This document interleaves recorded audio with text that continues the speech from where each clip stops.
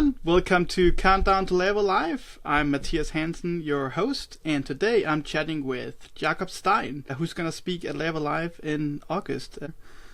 Hey Jakob, how are you doing? Hi, I'm good. Thank you. It's really nice with these warm-up podcasts, just to hear the voices before, what to expect and stuff. But right now I'm the tech lead at something called Good Tape. We do transcription services, and I'll be giving a talk this year, a soft talk. Yeah, you excited? I'm really excited. I've always wanted to do a soft talk at a conference because I'm myself very much into people and culture and navigating those kind of things within the workplace, because as we say, coding is, or like being a programmer is 90% people and 10% coding, kind of. Yeah. And I think I want to address some of that. I'm very much looking forward to that. Before we dive too much into your talk, I want to dial the clock back, and I want to hear a bit about how you got started with computers and programming and technology. What are your sort of earliest memories?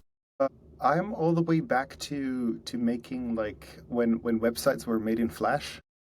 Yeah. So that's kind of, it started with wanting to do stick figure animations in Flash, and then I found out that you could program these things, and then it kind of turned up into doing things you could click on and put it on websites. I didn't know how to put them on the internet, but I made a lot of those things.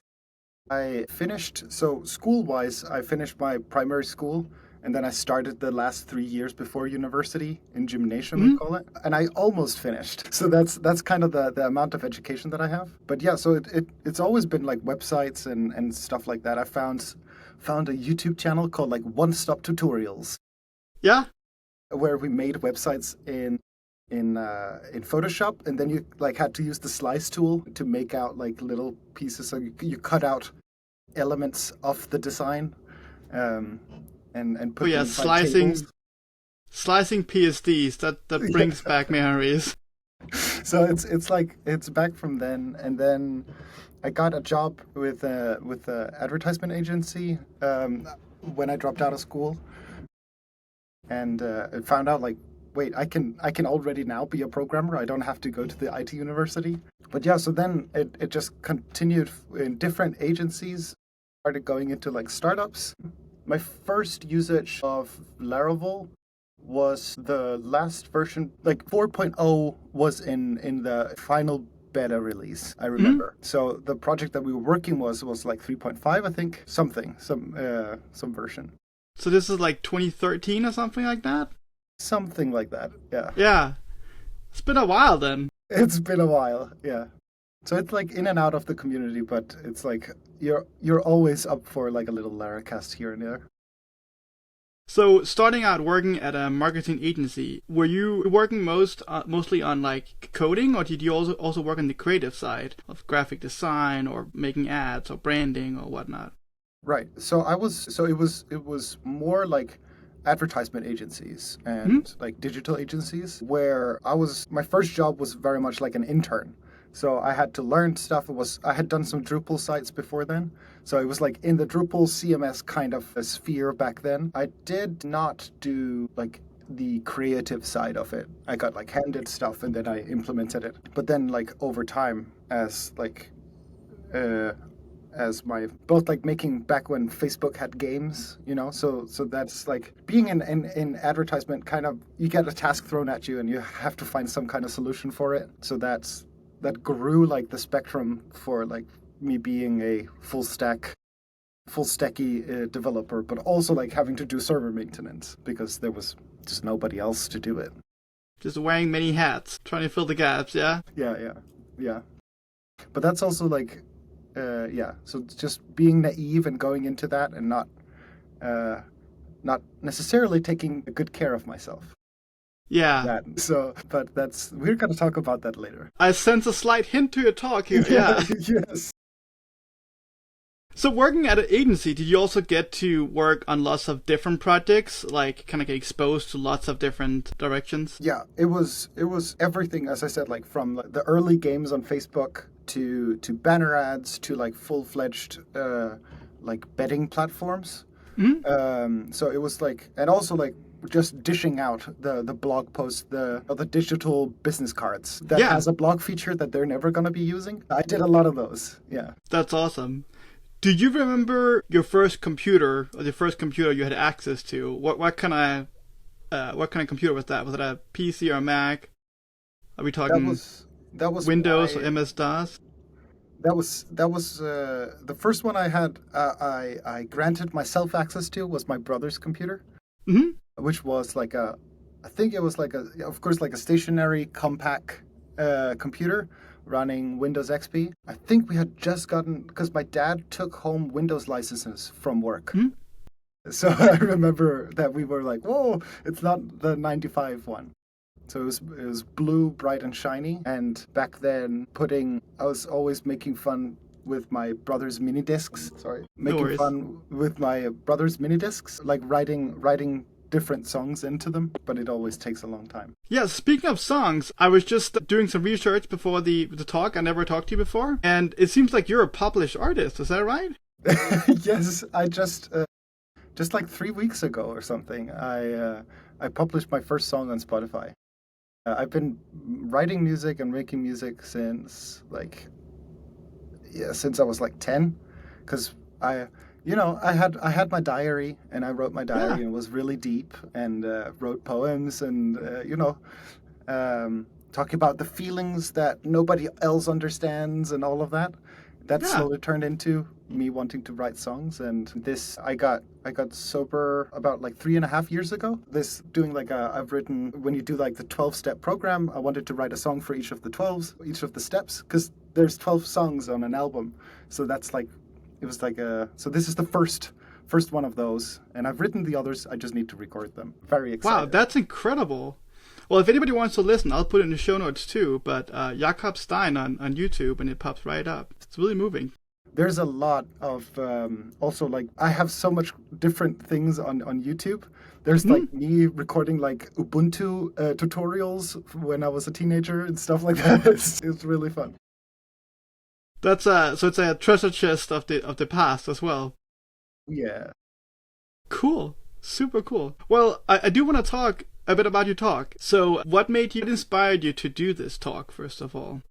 I think what a lot of people do that write talks is to do talks about the things that is important for them here and now. Mm-hmm. And I think more than ever, it has been important for me to be able to address things. Also, like, as I mature as a developer, and also my responsibilities become bigger, becomes so important for me to show how it can be done. Like, how do you handle difficult situations? How do you say yes? How do you say no? And when is it okay to say yes? How do you handle like being said no to, and stuff like that? You know, like it's like I am very much a pleaser myself. So and there comes a lot of things with that, and I think with also a community that is like with a lot of men in it, I think we also need to put forth, and I think Matt Stauffer, for example, has been like a huge inspiration in being like really open about neurodiversity and handling difficult situations, and I really want to amplify that voice in the community, because I mean, Laravel community has always been open when it comes to difficult situations and hardships, and how we overcome them, like as a community and as individuals, and I really want to contribute to that. Yeah, absolutely, and I can definitely see that as well in the Laravel community, and also talking about mental health and things like that. A really important thing is community and feeling like being part of something, and I agree that that's something Laravel is fostering, and it's also the openness of being welcoming to newcomers or whoever into the community. And it's just like if I had things that I could tell myself 10 years ago when I stepped into that advertisement agency, what tools would I give myself? And that's the tools that I think all of us, if not we already know them, but just to hear somebody else talk about them. And I would love to help people put, like, I'm going to talk about, like, there's a specific staircase in my presentation. that is gonna. It's a really fun one to talk about because we kind of want to be up here, and I'll get more into it. But it's about like setting boundaries, and it's really fun to have a mental picture for when you are setting boundaries or when you're deciding not to, right? Yeah. Because like there is like if you're unaware that you're not setting boundaries versus you're choosing not to set boundaries but on cost of yourself and like all of these kind of little things. And there's a really nice my therapist showed me this like a long time ago, and it's really been a changer for me to be able to identify like, do I really need to wear like a sword and my armor to put down a no? Or can I just say no? What is happening inside of me? So that sounds like a really interesting framework for putting it all together and making it make sense. I can't wait to hear about that. Awesome. So there's those things, and then I will be putting up like very concrete kind of scenarios that I think majority of people have been in and can relate to, so that we can see like how did I do in this situation and how would I wish that I did in this situation, and what is the difference? Yeah, awesome. So Jakob, I know you already live in Copenhagen, but I still want to ask you, when you go to Copenhagen for the conference around the corner at Reffen, anything you would recommend seeing, doing, or eating while you're in Copenhagen? One thing is team up, find groups of people that you kind of vibe with and do things together. And if you need someone to help you network, then please just come to me and we'll figure things out.